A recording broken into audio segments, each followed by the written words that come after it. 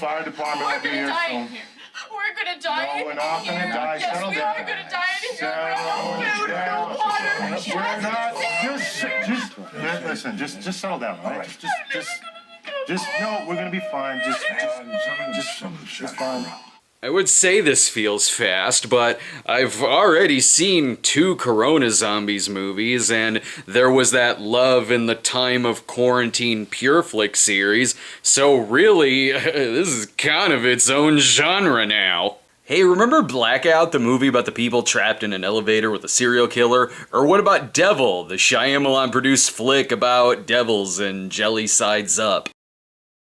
Well, what if we had a group of people trapped in an elevator during the quarantine and one of them had the virus? This whole movie is a lesson on how to do a film like this quick and cheap. Not good, but quick and cheap and padded. This is a 72-minute film, where about 12 of those minutes are the opening and closing credits. The opening credits go a little something like this. Stock footage of a city. Cut to black, 1 credit. Stock footage of another city. Cut to black, 1 credit. Stock footage of yet another city. Cut to black, 1 credit. And then repeat this for about 5 minutes. Same goes for the ending credits. This movie feels like the kind of movie a 21-year-old film student writes, all while thinking to themselves, I'm provocative as shit! Not only is it an elevator full of assholes, but mainly stereotypes and straw men. You've got the rich building owner who screams at everyone and is the type of character that the writers really want to be Harry Cooper, but what they give us is Trent from Friday the 13th, which happens far too often.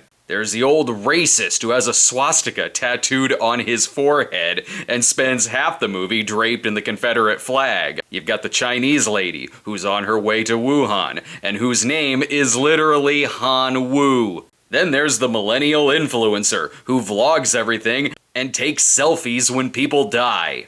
The whole movie is in real time as it's presented in one continuous take with no noticeable cuts, which feels less like a stylistic choice and more like, well, if we do it in one take, that means we get the movie done even faster, which is sort of a detriment to the performances. The actors talk over each other constantly to where it's hard to focus on what they're saying. They repeat lines a lot and stumble over words, and while you could argue that makes the conversation feel natural, in this, it doesn't. It always feels like you're watching a group of actors improvising on a stage, which isn't helped by the fact that the elevator looks like 3 cheap walls leaning against each other in a sitcom. I would love it if the reveal were that all of this were inside of Frasier's apartment building, because that would be way better than the third act that we are given. After about 45 minutes of yelling, the movie turns into a quiet circle of confessions, like you're watching a virus version of The Breakfast Club. We have a lady hilariously giving birth to a doll,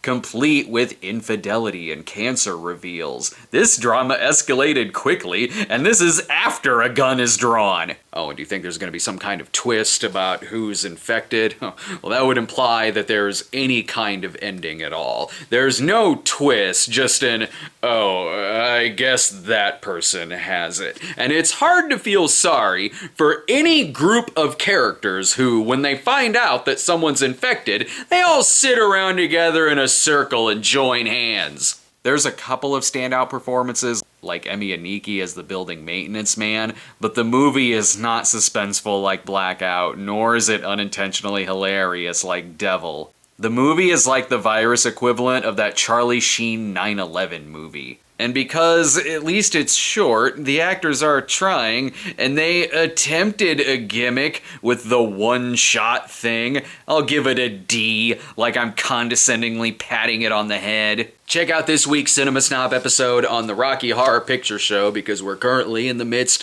of Musical March in September. Plus, we've got our recent reviews of Tenet and Bill and Ted Face the Music. See you next time.